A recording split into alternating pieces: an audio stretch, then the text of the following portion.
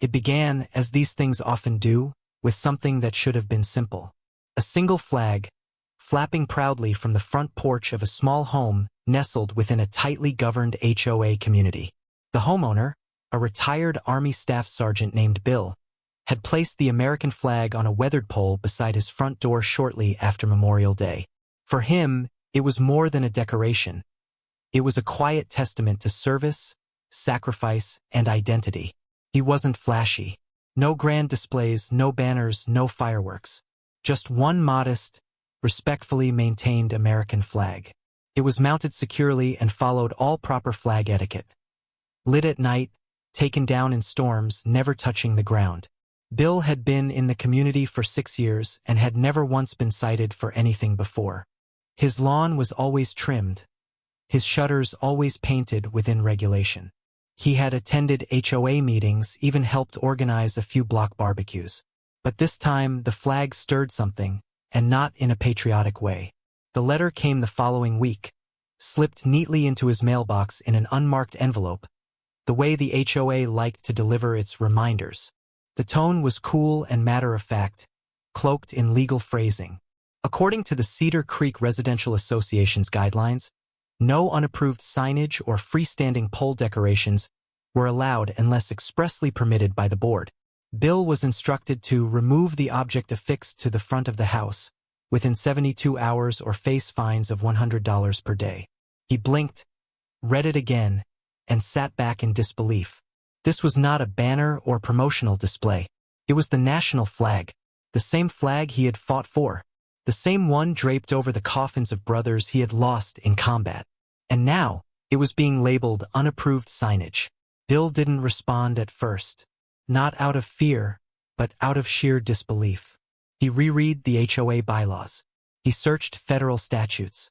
Then, he did what many others might not have. He filed a formal appeal with the board, citing the Freedom to Display the American Flag Act of 2005, which specifically prohibits homeowners associations from restricting the display of the U.S. flag on residential property, provided it's done respectfully. 2 days later, the HOA doubled down. This time, the letter was formal, signed by the president herself, a woman named Barbara Kingston. In clipped, condescending language, she claimed the federal law did not override local community decorum standards, and stated that the board maintained discretion in matters of neighborhood appearance and uniformity. The flag, she insisted, was aesthetic disruption. What had begun as a simple tribute was now a simmering standoff. At first, neighbors didn't notice. The flag was subtle, easy to miss if you weren't looking for it. But after the HOA's second letter, and Bill's quiet refusal to remove it, whispers began. Some residents sympathized privately. Others, especially those who had lived in the community longer and benefited from their proximity to the board, stayed silent or voiced vague support for rules being rules. But Bill didn't back down. Instead, he documented everything. Every letter, every conversation, every clause in the HOA handbook that contradicted their demand. Then he took a photo of the flag, just the flag, not even his face, and posted it online with a short caption. "I fought for this flag. My HOA says it has to come down. What do you think?" The post was shared modestly at first. Friends, former military buddies, a few supportive neighbors. But something about it struck a nerve. Within 48 hours, the image had been reposted thousands of times. Then tens of thousands. News outlets started reaching out. Veteran groups, legal organizations, politicians. What was once a local dispute was now heading into the national spotlight. The HOA didn't expect what came next. As news trucks pulled up near Cedar Creek, as social media hashtags erupted, and as angry letters flooded the association's inbox, Barbara Kingston and the board found themselves facing something they'd never encountered before: accountability beyond their neighborhood. And as the pressure built, Bill was just getting started. The battle for the flag and what it represented had only begun. The shift from quiet protest to national outrage was swift, relentless, and entirely out of the HOA's control. In the span of a few days, Bill's photo, a simple snapshot of a porch flag at half-mast beneath a crisp blue sky, had become the emblem of something larger than a neighborhood dispute. It symbolized a growing frustration with petty authority, unchecked power, and the slow erosion of values meant to unify rather than divide. What began on a veterans' Facebook group spread like wildfire. Military forums, patriotic organizations, and news sites picked up the story. Headlines appeared across every platform. Veteran told to remove flag by HOA. Homeowners Association faces backlash over American flag ban. War hero defies HOA ordered nation rallies in support. Cable news networks ran segments. Local affiliates sent field reporters to the community. Some even stood across the street from Bill's home, filming the flag fluttering behind them as they told the story to a growing viewership. Every image broadcasted, every word spoken, was another nail in the HOA's coffin of public goodwill. Bill, however, remained grounded. He declined most interviews. When he did speak, he never raised his voice. He calmly referenced the law, his rights, and the principle he stood by, never once stooping to insults or theatrics. That authenticity only fueled the support. People respected his restraint. They rallied behind his quiet strength. But while the outside world praised him, Cedar Creek itself grew tense. Cars began slowing down outside his house. Some left handwritten notes of support. Others placed small American flags at the edge of his lawn. A few even tied ribbons to his mailbox. Most neighbors, however, remained distant, afraid to be seen choosing sides in a conflict that now had national visibility. A few HOA loyalists whispered about escalating drama and embarrassing the neighborhood. The board held an emergency meeting. Behind closed doors, they debated. There were panicked suggestions to rescind the letter, to issue a carefully worded clarification, even to claim that the issue had been misunderstood. But Barbara Kingston was resolute. To her, backing down meant humiliation. And in her mind, the problem wasn't the flag. It was Bill's audacity. She issued another letter, this time printed on official HOA letterhead and hand-delivered to every resident. It stated that the association's goal was to preserve harmony and uniformity, and while they respected the service of all veterans, the HOA had an obligation to enforce visual standards. It was, in essence, a defiant reaffirmation of the original demand. But the timing could not have been worse. The very next day, a congressman, himself a veteran, tweeted Bill's story with the caption, "This is a disgrace. The American flag belongs everywhere, especially on a soldier's porch." That tweet alone triggered a media storm. Bill received pro bono offers from lawyers across the country. One national veterans' rights group launched a legal fund in his name. A prominent constitutional lawyer published an op-ed titled, "Why This HOA is Headed for Legal Disaster." Then came the flood of letters. Not from the HOA, from citizens. Thousands of emails, messages, and physical letters poured in from across the country. Many were from fellow service members. Others from immigrants who cherished the flag as a symbol of their new beginning. Some just wanted to say thank you. Bill's small living room became cluttered with stacks of envelopes and flags sent by strangers. He spent each evening reading them, stunned by how far the ripples had reached. But it wasn't just support he received. Late one night, he noticed a shadow outside his window. A car had pulled up, headlights off. Someone darted across the lawn and kicked one of the small flags placed near the mailbox, then vanished. Another day, a resident loudly criticized him at the local grocery store for bringing shame to Cedar Creek.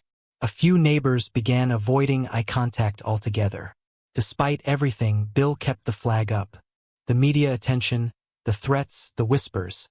None of it was louder than the memory of the flag-draped casket that had once rolled past him on the tarmac, or the countless mornings standing at attention beneath the rising colors.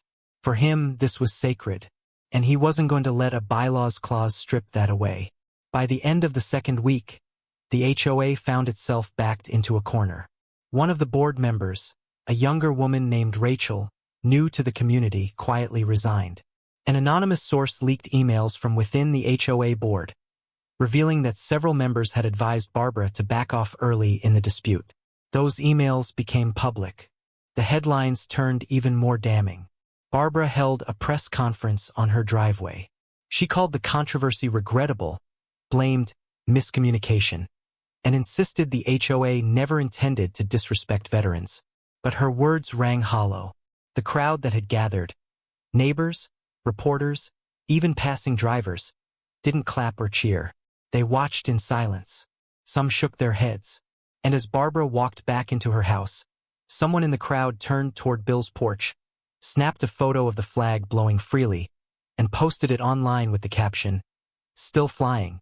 That image would soon be printed on t-shirts, used as a rallying banner at local town halls, and painted on the side of a veterans support van. It had become more than a protest.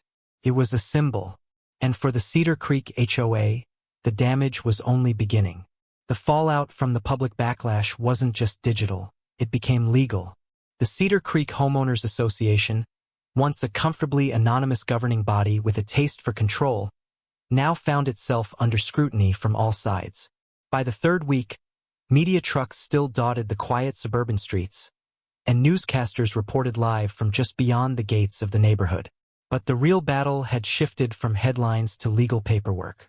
It started with the letter from the state attorney general's office. Quiet and firm, it requested a copy of the HOA's bylaws, all relevant correspondence, and any documentation related to the flag dispute. It was not a threat yet, but it sent a clear message. Someone in authority was watching now. Then came the formal legal notice from the National Veterans Civil Liberties Defense Fund, a nonprofit law group that had taken an interest in Bill's case. Their statement, published online and delivered in hard copy to the HOA board, outlined a list of grievances.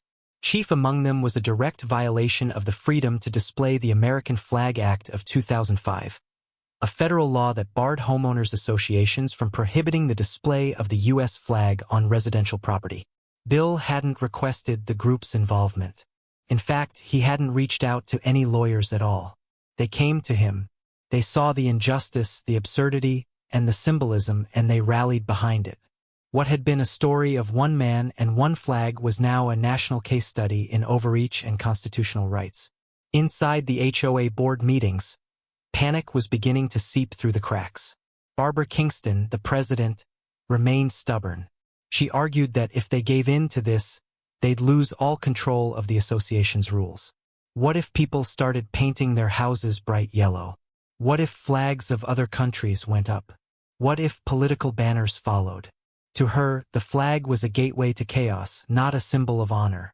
But several board members had begun to break ranks. The resignation of Rachel, the younger member, had only been the start.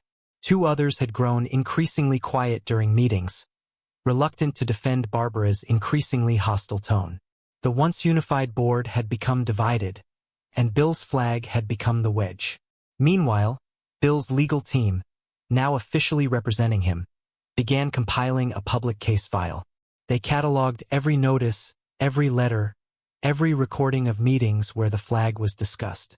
They also found inconsistencies. Board policies that were enforced arbitrarily, selective rule enforcement based on personal grudges, and vague clauses designed to keep residents under constant threat of fines. They didn't have to go to the Supreme Court.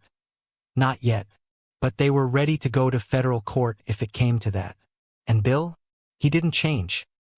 He still trimmed his hedges, swept his porch, and raised the flag every morning with the same quiet reverence he had when no one knew his name.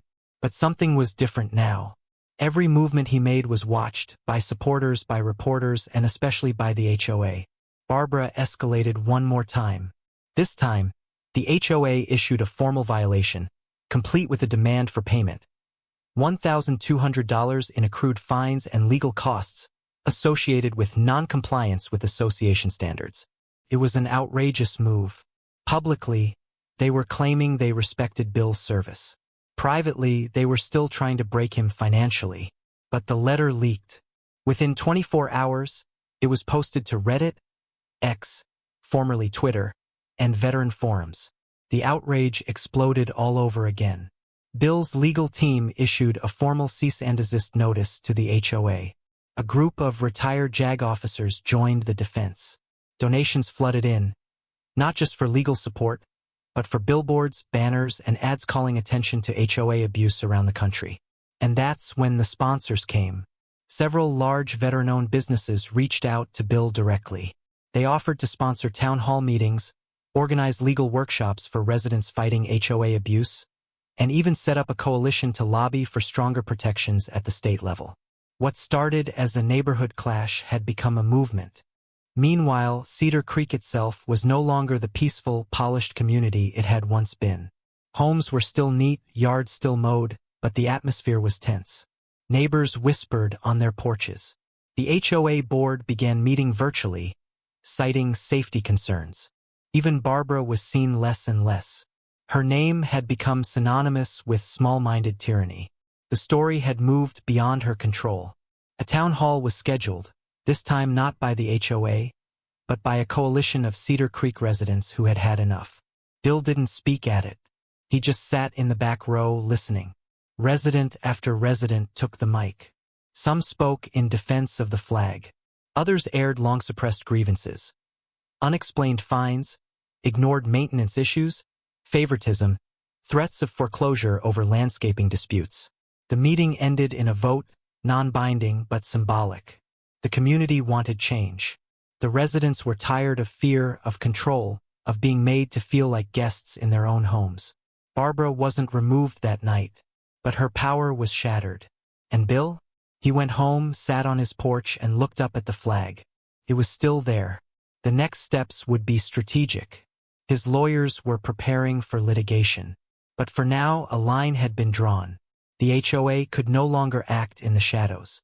They had tried to silence a symbol. Instead, they had amplified it. And as summer settled over Cedar Creek, the storm clouds weren't above. It was the HOA's foundation that had begun to crack. By the time July rolled around, Cedar Creek looked much the same on the surface. The hedges were trimmed, lawns cut with machine-like uniformity, and houses stood in their neutral-toned rows like well-behaved students in a private school photo. But underneath the manicured perfection, something had shifted, something deep and irreversible. The air was different. People walked slower, more cautious around one another. Conversations stopped when someone else approached. A once social, if tightly controlled, neighborhood had become a place of whispered judgments and silent standoffs. The HOA versus Bill saga had started as a flag dispute, a single rule violation at least according to the board. But now it had unraveled into a community reckoning. After the town hall and the leaked violation letter, several things happened in quick succession. First, the remaining silent members of the HOA board began to break away from Barbara Kingston, the HOA president. One formally resigned, citing personal moral conflict. Another refused to attend further meetings unless Barbara stepped down. The board was splintering, but not yet broken. Barbara, in her signature blue pantsuits and tight blonde ponytail, was still holding on. Publicly, she gave no interviews and kept her communications cold and procedural. But inside the community, residents had begun to see her differently. The woman once admired, or at least feared, for her discipline and vision for the neighborhood was now seen as the face of petty tyranny. Her emails were met with silence or veiled sarcasm. Residents whispered behind her back. Some flat out ignored her directives. But perhaps the most telling change was in the flags. A few at first, then a dozen. Then over 30 homes in the neighborhood began displaying American flags. Small ones on mailboxes, medium-sized ones mounted near front doors. One bold family even erected a 15-foot pole in their backyard. It wasn't organized. It wasn't a protest. It was simply a wave of support, quiet and coordinated only by mutual respect for Bill and what he stood for. Barbara responded the only way she knew how, with another notice. This time, the HOA issued a community decorum clarification, reminding residents of visual harmony requirements and stating that all decorative elements required prior written approval. The backlash was instant. Within days, photos of the new flags spread online with hashtags like #FlyItAnyway and #CedarCreekRising. A local newspaper ran a full spread showing houses lined with flags and included interviews with veterans who had come from nearby towns to place flags in Bill's yard, almost like a pilgrimage. Then, national voices began returning to the story. A prominent TV host referenced Cedar Creek during a 4th of July special, calling it the front line in the quiet war against common sense. A senator introduced a resolution reaffirming the rights of homeowners to fly the flag, using Cedar Creek as the case study. A legal symposium held a panel titled HOAs and the Limits of Power, Lessons from Cedar Creek. In the middle of all of it, Bill remained steady. He didn't grandstand. He still mowed his lawn, still greeted his neighbors with a quiet nod, still raised and lowered the flag with military precision. The only thing that changed was the number of people honking and waving when they drove past his house. For the HOA, however, the consequences were beginning to pile up. The board's legal counsel resigned without explanation. The HOA's insurance provider warned of possible liability exposure if litigation continued, and a formal request was filed by more than 60 residents to initiate a community-wide vote to replace the board. Barbara fought back with every rule in the book. She claimed the petition signatures weren't valid due to formatting errors. She insisted the rules for board removal required just cause, not popular discontent. But every time she tried to tighten her grip, more support slipped away. Even among her longtime supporters, doubt began to fester. One neighbor, who had been on friendly terms with Barbara for years, quietly removed himself from the HOA social committee. Another stopped answering her calls. It became clear that the board, or at least Barbara, was no longer representing the community. They were clinging to power for its own sake. And then came the tipping point. A local civil liberties organization released an investigative report that outlined a pattern of overreach by the Cedar Creek HOA. Using data collected from public documents, past violations, and testimonies from residents, the report painted a picture of authoritarian enforcement, inconsistent rule applications, punitive fines without process, and targeting of residents who voiced dissent. The story went national again. This time, not as a quirky local dispute, but as a cautionary tale of HOA abuse. Anchor desks weren't asking, should he take down the flag? They were asking, how many other HOAs are like this?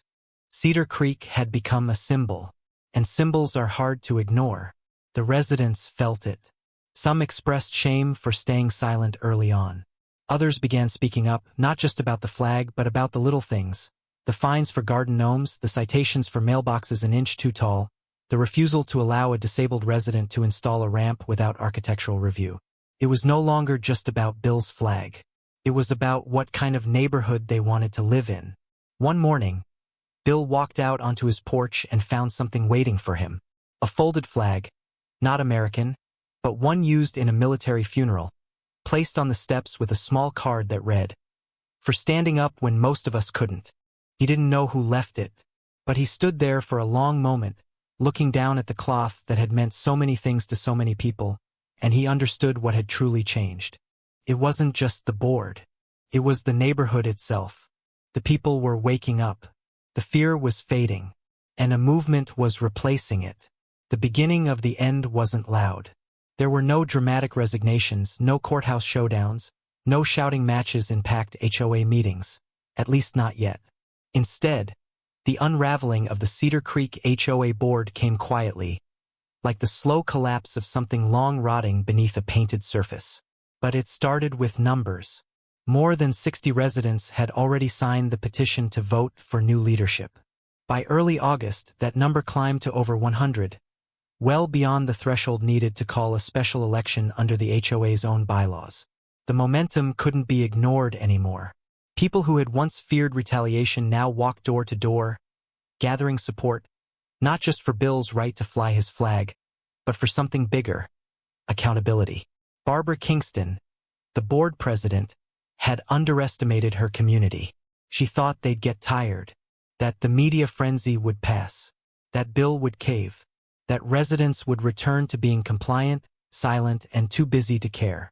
But instead, they got organized. It wasn't just about Barbara anymore. It was about the culture she had created, one of intimidation, double standards, and control. Now, the residents were no longer just reacting to her. They were building something to replace her. The group, calling itself Residents for a Fair Cedar Creek, printed flyers, held meetups at the local park, and started publishing newsletters. They didn't scream. They didn't name-call. They simply shared facts, violation rates, excessive fines, legal costs, ignored maintenance issues, and the complete mishandling of the flag incident that had sparked it all. Bill's name came up often, but he stayed on the sidelines. He didn't run for office or lead rallies. His presence was quieter, more symbolic. He had already done the hardest part. He had stood alone when it mattered most. Now the rest were rising behind him. By mid-month, the board finally caved to pressure and scheduled a special election. It would be held in the community clubhouse, with mail-in ballots available for those who couldn't attend. Barbara tried one last maneuver to delay the process, citing procedural errors in the petition, but it backfired.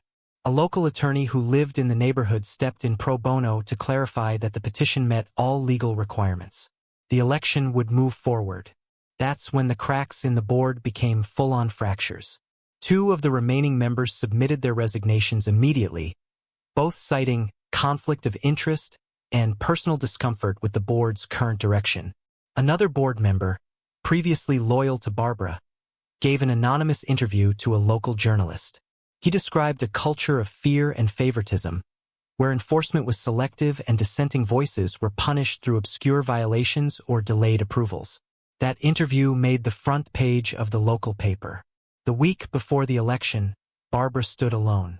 Still defiant, still dressed in blue, still clutching the rulebook like a shield. She tried to appeal to the community with a desperate message. Without structure, this place will fall apart. You need rules. You need order. But the residents had stopped listening to her idea of order. They had seen what structure looked like when wielded without compassion. They had tasted what control felt like when it ignored fairness. And they were ready to take back their neighborhood. Election night came quickly. The clubhouse, once used for ice cream socials and fitness classes, was packed wall to wall. A line of residents stretched down the sidewalk. Some wore flag pins. Others brought lawn chairs, treating the event like a community festival. Bill came too, quietly slipping in and sitting in the back with a coffee in hand, nodding as people passed by and thanked him. The results came in just after 9 p.m. Barbara lost, and not by a narrow margin. She was outvoted 3-1. Every seat she had worked to keep under her control was filled by new names, most of whom had never considered running until all of this had begun. Their only promise was fairness. Not revenge, not chaos, just fairness. Barbara left without a word. No farewell speech. No apology. No explanation. Just silence. Some said she moved out the following week. Others claimed she still lived on the other side of the neighborhood. Rarely seen. It didn't matter. Her power was gone. And with her departure, the atmosphere of the neighborhood changed once again. Letters from the HOA started sounding different, friendlier, less authoritarian. Fines dropped. Rules were reviewed and simplified. Residents were invited to give input before decisions were made. Transparency became a buzzword that actually meant something. More importantly, trust began to return. People waved again on the sidewalks. Kids started playing in the cul-de-sac without fear of getting citations for riding bikes too close to the curb. Someone painted a mural on the side of the community playground. A simple image of a flag rising over a row of houses, with a blue sky in the background. No one complained. No one fined them. Bill's flag, still fluttering proudly from his porch, was never mentioned in a violation notice again. The new board even sent him a formal apology signed by every member. He didn't make a speech or post online about it. He simply smiled, nodded, and went back to tending his yard. Sometimes justice doesn't come with fireworks or lawsuits. Sometimes it comes with a quiet vote and a flag that keeps waving.